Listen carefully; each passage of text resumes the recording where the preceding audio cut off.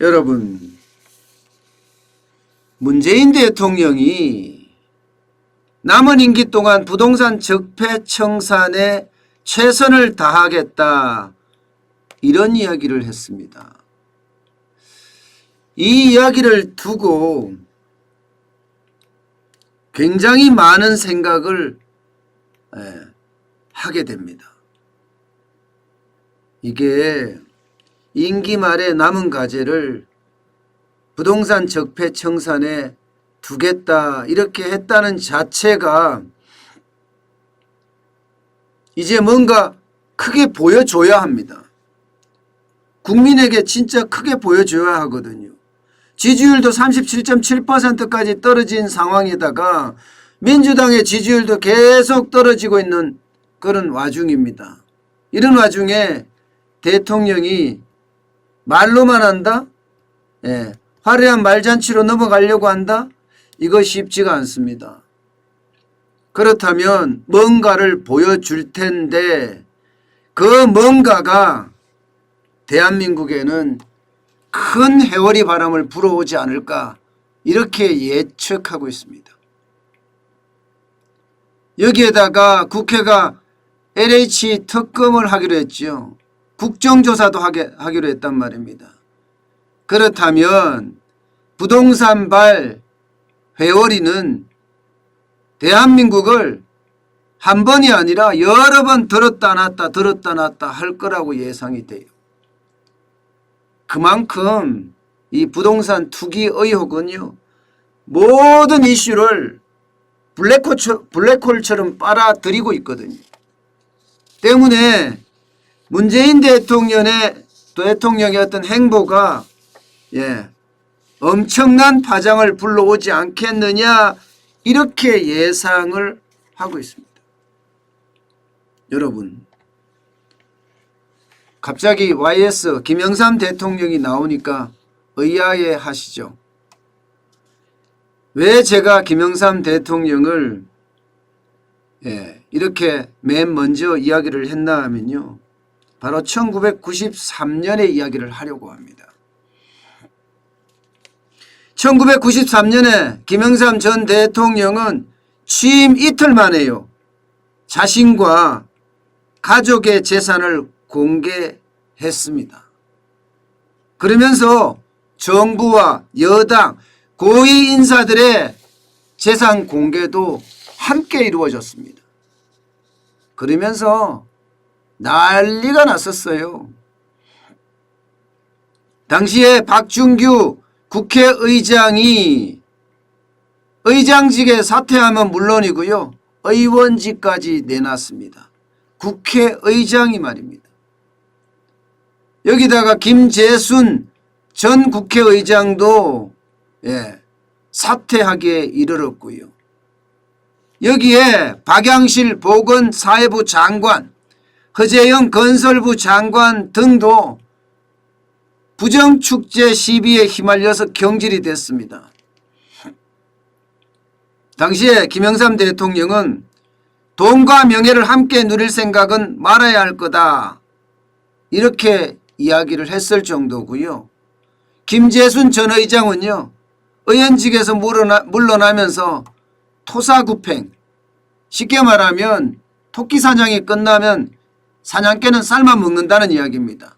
토사구팽이란 말이 엄청나게 유행하기도 했습니다. 그런데 바로 이 사안 말입니다. 바로 이 사안을 문재인 대통령은 부동산의 적폐 청산이란 이름으로 승부수를 걸지 않을까, 그렇게 예상이 되는 대목입니다. 여러분, 대한민국 사람은요, 어느 누구나 할 것 없이 부동산에 대한 애착이 남다릅니다.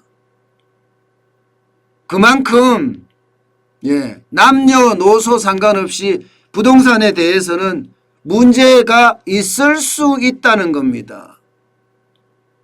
그렇다면 이게 엄청난 파괴력을 가지고 오는 그런 상황을 맞이할 수도 있다는 겁니다.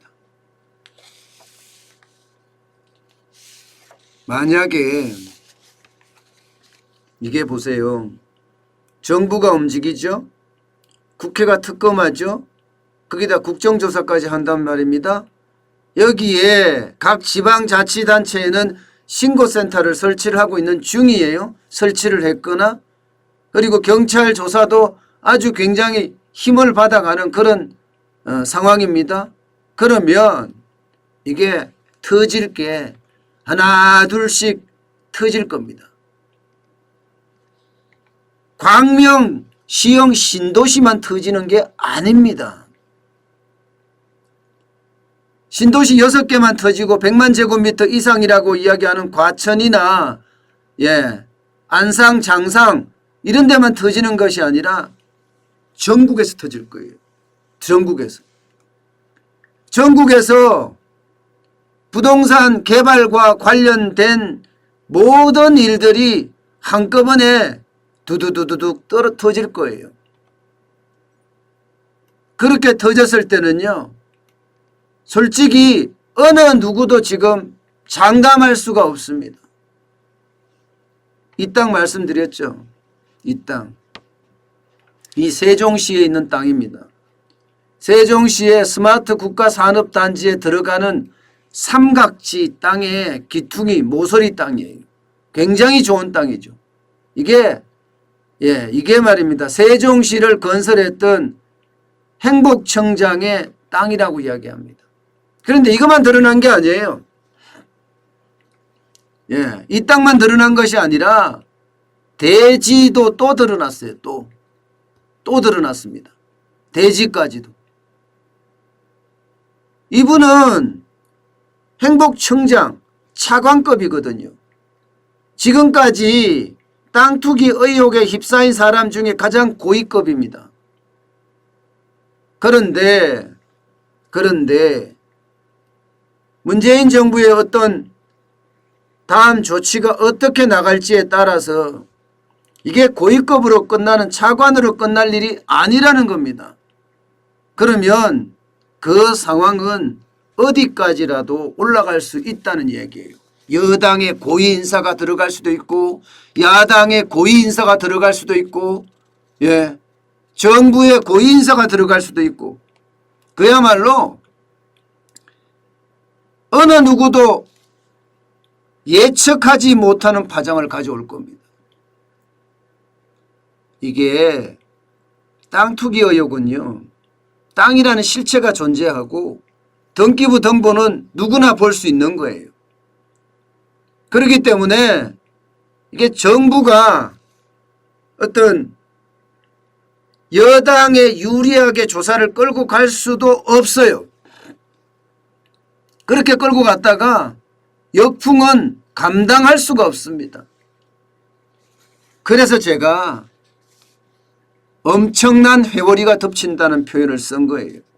자, 만일 말입니다. 만일 여당의 고위 인사들이 땅 투기에 깊숙이 관여되어 있다. 이렇게 되면 어떻게 될까요? 4월 7일 보궐선거는 말할 것도 없고요.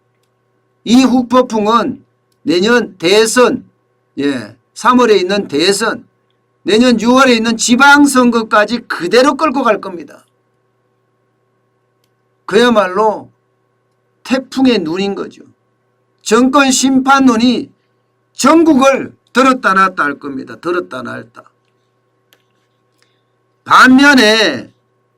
반면에 유력 대선 주자나 혹은 야당의 지도자,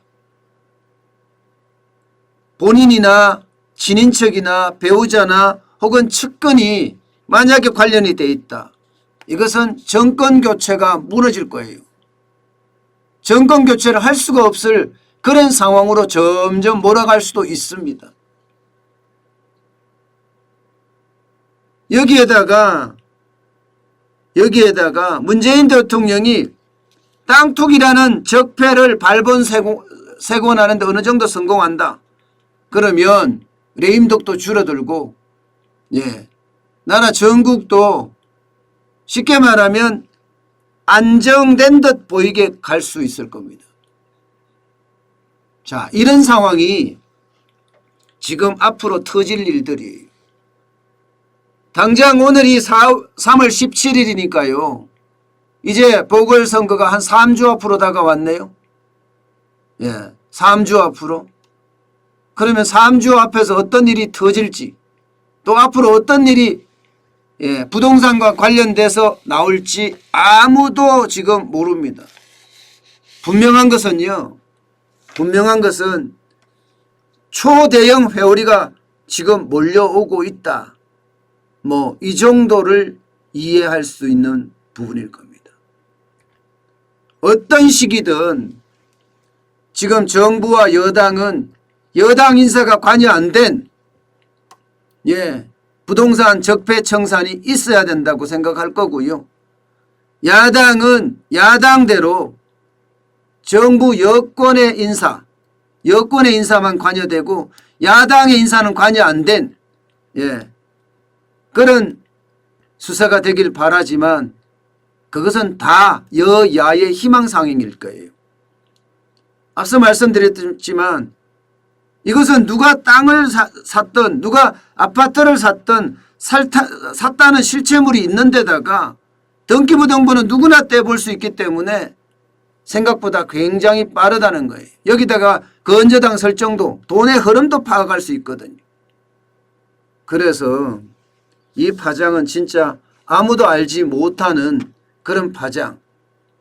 문제는요, 그 파장 와중에 경제가 어떻게 될런지 참 두렵습니다. 안 그래도 지금 경제에 바짝 신경을 써야 될 때인데 지금 또 부동산 적폐청산이라는 이름으로